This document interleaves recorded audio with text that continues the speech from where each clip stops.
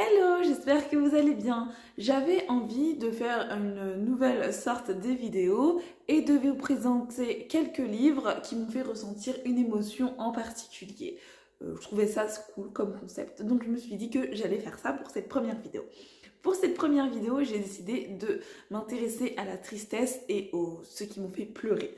Et donc on va parler des livres qui m'ont fait pleurer. Certains diront que j'ai un cœur de pierre, mais en fait c'est juste que je pleure pas forcément pour des choses, par exemple quand une histoire d'amour est belle, je vais pas pleurer, ou quand une histoire d'amour il y a un des deux personnages qui meurt, ça va pas non plus me faire pleurer. Bref, ce n'est pas du tout pour ce genre de truc que je pleure. Ça me fait plutôt un peu de peine, mais sinon, rapidement, je passe à autre chose et voilà.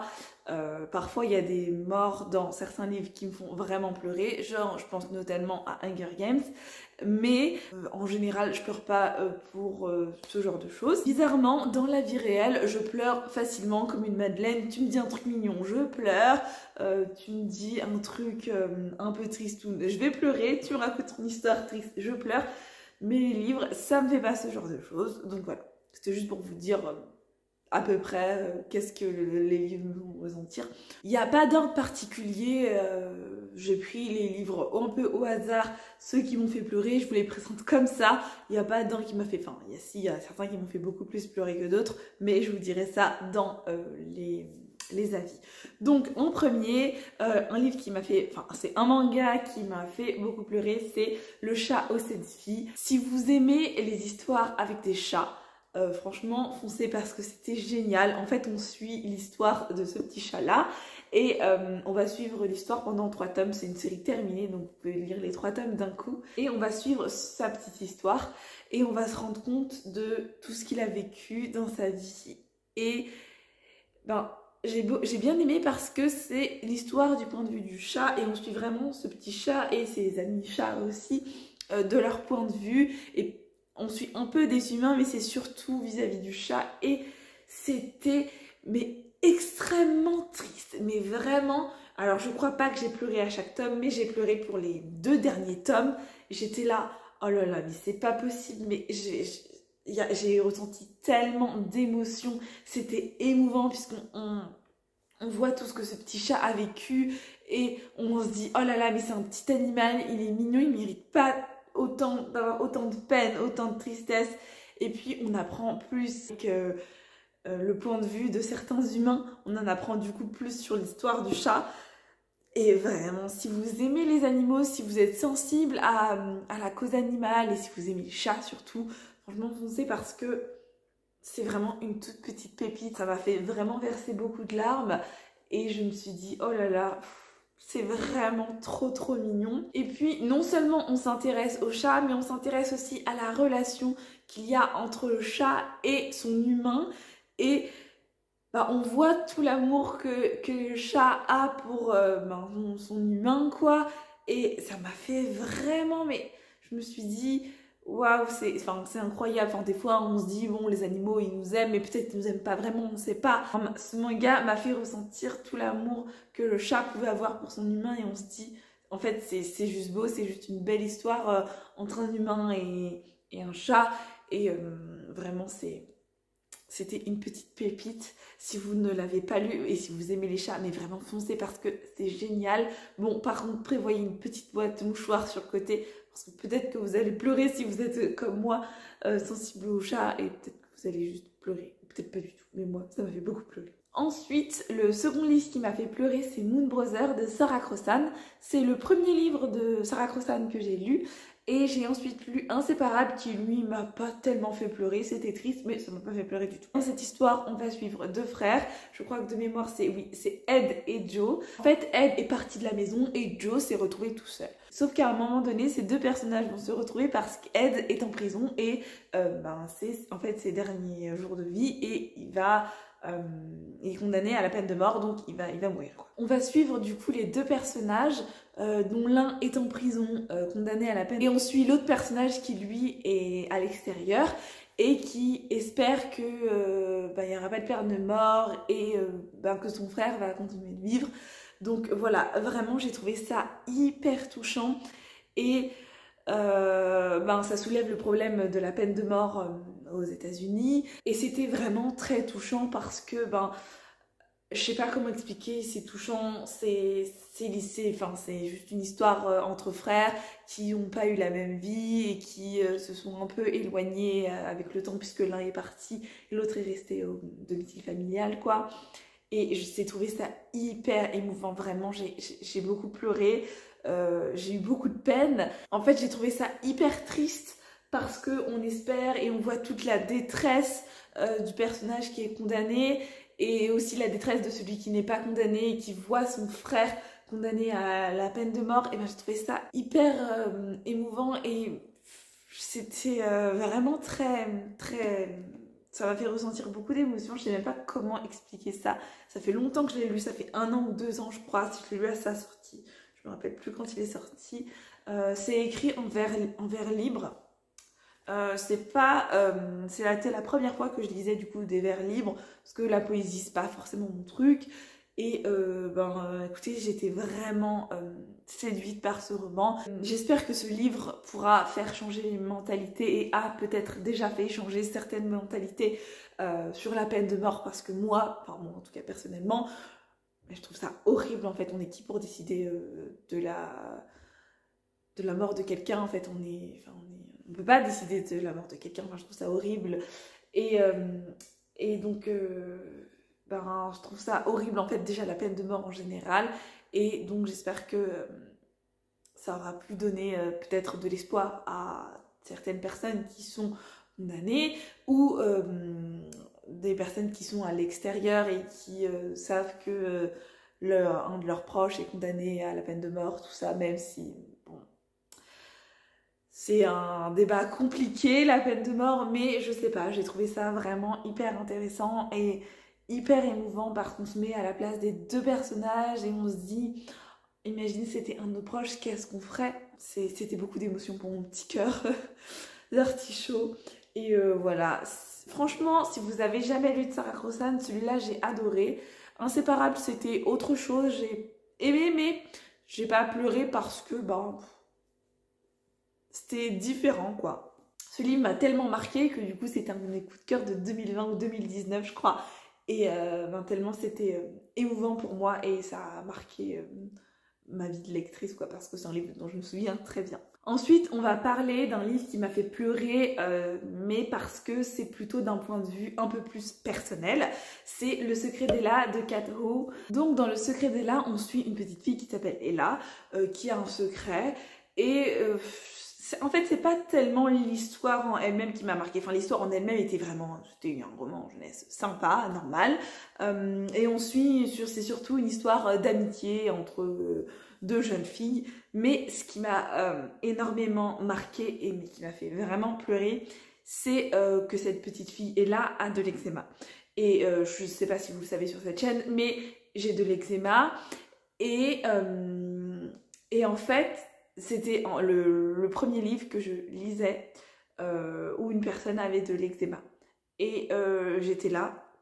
Bon, comme c'était la première fois que je voyais mes émotions écrites, que en fait, je me suis dit, merde, quoi, je suis pas toute seule dans ce monde à avoir de l'eczéma. Évidemment que je sais que je suis pas toute seule dans ce monde, évidemment qu'il y a des tonnes de personnes qui ont de l'eczéma, mais c'est tellement différent de voir ça à l'écrit, de voir qu'une autre personne a écrit ce livre avec une petite fille qui a de l'eczéma, et tu te vois dans les mêmes situations qu'elle, tu vois qu'elle se gratte jusqu'à se faire saigner, qu'elle a mal, tu vois qu'elle essaye tout un tas de techniques pour pas se gratter, genre qu'elle met des gants, et qu'elle essaie tout un tas de trucs, et que parfois ça marche pas, et que ça lui fait mal, et que ça la démange. Et en fait, ça m'a fait juste du bien, en fait, de me dire, ok, je suis pas toute seule dans ce monde, il y a d'autres gens qui ressentent les mêmes émotions que moi, et en fait, j'ai pleuré parce que je me suis sentie représentée pour la première fois, genre de mon existence, que je me suis dit, il y a quelqu'un dans ce monde qui comprend, qui a mis des mots là où ça n'allait pas, là où j'arrivais pas forcément à expliquer à certaines personnes de ma famille que j'avais mal, que ça me brûle et que merde, non, j'ai juste mal en fait et j'ai pas envie de faire certains trucs, j'ai juste en marre qu'on me dise des trucs et c'était... En fait, je me suis juste sentie comprise et c'était un truc de ouf quoi. Vraiment, c'était un truc de ouf. Ça m'a fait pleurer parce qu'en fait, je me suis rendu compte qu'il m'a fallu... j'avais quel âge quand j'ai lu ce livre? Peut-être 24 ou 23 ans. Il m'a fallu tout ce temps pour lire un livre avec quelqu'un qui a de l'eczéma dans ce livre. Genre, il m'a fallu genre 24 ans pour être représentée dans un livre et je me suis dit, mais c'est pas normal en fait, pourquoi ils ont attendu autant de temps avant d'avoir des livres avec des personnes qui ont de l'eczéma mais ils sont les héros d'un livre quoi. Juste, bah... Pas un livre sur les conseils comment mieux gérer l'eczéma, c'est bon ça, je m'en fous, j'en ai pas besoin. Juste un livre qui raconte une histoire normale mais avec une personne qui a de l'eczéma ou tout ça. Et ben c'était vraiment... ça m'a fait vraiment beaucoup de bien en fait de lire ça parce que je me suis dit quelqu'un ressent la même chose que moi. Je pense que ça m'aurait fait encore plus de bien si j'avais pu lire un livre comme ça en étant plus jeune parce que c'était vers ces années-là, enfin... quand je commençais à avoir des remarques et tout sur mon eczéma et que les gens me demandaient ce que j'avais, mais en fait on se sent mal et en fait c'était à ce moment-là que j'avais besoin d'un livre, c'était à ce moment-là que j'avais besoin d'un livre qui me dise Laetitia, c'est pas grave, il y a des gens qui comprennent pas, il y a des gens qui pensent que t'es contagieuse, il y a des gens qui pensent que ben, c'est moche, c'est horrible, mais en fait ben, j'avais juste besoin qu'à un moment donné, quelqu'un dans un livre me dise ok, c'est normal en fait, t'es juste normal, t'as de l'eczéma, mais tu restes pas moins une petite fille avec ses défauts, ses qualités, et juste une petite fille comme les autres, quoi. J'avais juste besoin que quelqu'un me dise ça. Et quand j'avais 24 ans, et ben ça m'a fait quand même du bien de lire ça, parce que même si j'ai fait tout un cheminement, je me suis dit, bon vas-y Laetitia, t'as de l'eczéma, tu vas t'assumer, c'est pas grave, les gens, tu les emmerdes. Et même si tu regardes bizarrement parfois, ben, tu les emmerdes. Même avec tout ça, ça m'a fait du bien de lire ce livre, parce que je me suis dit... bon, il y a quand même quelqu'un dans ce monde qui m'a compris et qui a pu écrire ce que je ressentais. C'est aussi pour ça que j'écris mon livre, parce que ben, j'ai envie que les gens se sentent représentés et qu'ils se disent... et j'ai envie, en fait, j'écris ce livre pour la Laetitia qui avait 8 ans et qui se disait « Ok Laetitia, t'es horrible, t'es affreuse, t'as de l'eczéma partout, t'es moche. Qu'est-ce que tu vas faire de toi ?» Qui se sentait juste affreuse dans sa peau, en partie à cause de l'eczéma et des remarques et juste d'avoir mal tous les jours, quoi. Et en fait, j'écris juste pour moi-même et pour me dire, ok, ben, Laetitia, qui avait 8 ans, elle aurait eu ce livre et elle se sentirait juste mieux et peut-être plus heureuse dans sa peau de voir quelqu'un comme elle, quoi. Et ben, ça m'a fait beaucoup de bien de lire ce livre. Et du coup, ça m'a fait pleurer parce que à des moments, je savais exactement ce qu'elle ressentait. Et je ressentais exactement la même chose. Et j'étais là, mais il y a quelqu'un qui me ressemble, quoi. Enfin bref, je sais pas si vous comprenez vraiment ce que je veux dire, parce que c'est un peu du fouillis, parce que ben, il y a encore beaucoup d'émotions et que même si tu fais un travail sur toi-même, même si tu te dis ok, ça va, mais en fait parfois il y a des jours où tu as trop d'eczéma et ça va pas et tu te sens affreuse et c'est compliqué parfois, mais ce genre de livre ça me donne juste de l'espoir et ça me dit Laetitia, t'es une fille comme les autres, quoi. Enfin bref, j'ai beaucoup parlé sur ce livre, mais c'était juste pour vous dire que la représentation, c'est pas rien, c'est important pour certaines personnes, c'est même genre... c'est important parce qu'on se sent représenté nulle part. Genre, c'était la première fois que je lisais un livre. Ça fait quand même 20 ans que je lis. Excuse-moi, en 20 ans, j'ai lu tout un tas de livres. Comment ça se fait que j'avais vu personne avec de l'eczéma? Enfin, et pourtant, je lis vraiment des livres variés, quoi. Enfin bref, vous, ça vous fera peut-être pas pleurer. Enfin, sûrement pas même. Parce que si vous n'avez pas d'eczéma, voilà, c'est un livre comme les autres, quoi. Mais moi, ça m'a fait juste du bien de me sentir représentée et de me dire... ok, les gens comme moi existent et voilà. Et enfin, le dernier livre qui m'a fait pleurer, mais là, à chaudes larmes terribles, c'est Même les méchants rêvent d'amour d'Anne Gaëlle Huon.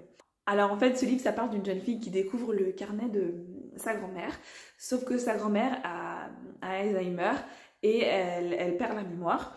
La petite fille du coup de Janine a reçu un carnet de sa part et elle va le lire et va essayer de comprendre tous les secrets autour de ce carnet et de l'histoire de sa grand-mère. Sa grand-mère ne répond pas tout le temps à ses questions et voilà, puisqu'elle a Alzheimer, donc c'est un peu compliqué.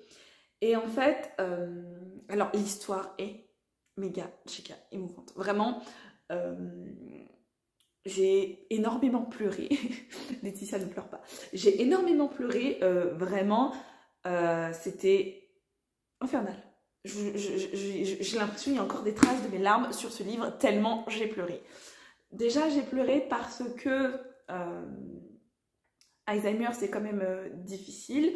Et étant donné que mon arrière-grand-mère avait Alzheimer, ça me rappelait certaines choses. Et c'était un peu...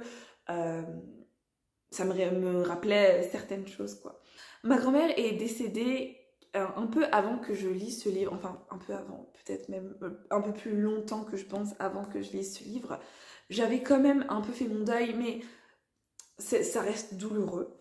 Et j'ai pas eu tellement l'occasion d'en parler avec mes proches ou juste de mettre des mots sur mes émotions. J'ai juste fait ça toute seule parce que je pense que j'avais juste trop d'émotions et c'était juste pas possible pour moi d'en parler. J'étais juste là toute seule dans mon coin à essayer de vivre, quoi.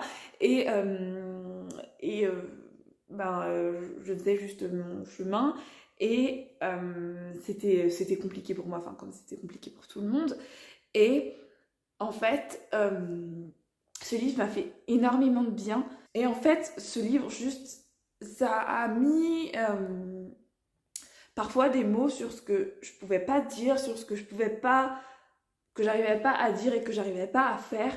Et bah, mine de rien, ça m'a fait beaucoup de bien.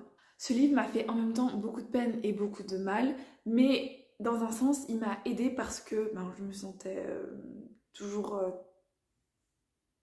triste peut-être, ou en colère, ou je sais pas. Enfin, je ressentais vraiment beaucoup d'émotions vis-à-vis de ça.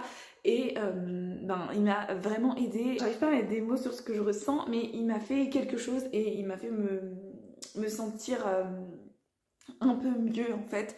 Et ça m'a vachement aidée. Même si c'est un livre qui est vraiment triste, je sais pas si je vous conseille de lire juste après un deuil parce que c'est vraiment très triste, mais il m'a aidée dans un sens à aller mieux et à aller mieux. Et je sais pas, elle avait des réflexions très intéressantes à l'intérieur de ce livre et en fait je me suis sentie juste comprise encore une fois et en fait ça a été un peu mieux. Et j'avais eu l'impression en fait de parler avec quelqu'un sans avoir besoin de parler, juste qu'elle comprenait ce que j'avais ressenti et tout le mal que ça a pu me faire. Et en fait j'ai eu l'impression que juste elle avait compris tout ça et qu'elle avait écrit là où je n'avais pas su dire en fait que non, ça n'allait pas et que j'allais pas bien du tout. Je crois qu'avec Le Secret d'Ella, c'est les deux livres qui m'ont fait le plus pleurer et encore là, c'est un peu difficile d'en parler normalement. Après, c'est mon avis personnel et c'est par rapport à moi, mais les livres qui me font vraiment le plus pleurer et qui me font aussi réfléchir sur ma vie, qui m'aident aussi, ce sont les livres qui font écho à ma vie personnelle et à ce que j'ai pu vivre dans ma vie, pas forcément à des livres avec par exemple des histoires d'amour ou ce genre de trucs. C'est pas le genre de truc qui me fait pleurer dans les livres. Par contre, quand je regarde des films, pas de souci, là je peux chialer pendant des heures. Mais pour les livres, c'est pas du tout ça qui me fait pleurer. Voilà pour cette vidéo, j'espère qu'elle vous aura plu. Si vous lisez ces livres, n'hésitez pas à prendre un paquet de mouchoirs à côté de vous parce que peut-être que vous en aurez besoin ou peut-être pas, bien évidemment ça dépend des ressentis de chacun. Dites-moi dans les commentaires quels sont vos livres qui vous ont fait pleurer. Pas que j'ai forcément envie de lire pour pleurer, mais s'ils étaient bien, ça me ferait plaisir de lire des livres qui vous ont fait pleurer et qui vous ont fait ressentir tout un tas d'émotions. C'est aussi pour ça qu'on lit des livres, pour ressentir tout un tas d'émotions, pour vivre plein d'aventures, mais aussi pour être triste, en colère, indigné, bref, tout un tas d'émotions qu'on passe. N'hésitez pas du coup à me les dire en commentaire, ça me ferait plaisir de voir vos livres qui font hyper pleurer. Dites-moi aussi si ce genre de vidéo vous a plu et peut-être que j'en ferai sûrement d'autres avec d'autres émotions. Merci d'avoir regardé cette vidéo jusqu'au bout. N'hésitez pas à me laisser un petit commentaire, à liker et à partager la vidéo, ça me fait toujours plaisir et je vous fais des bisous.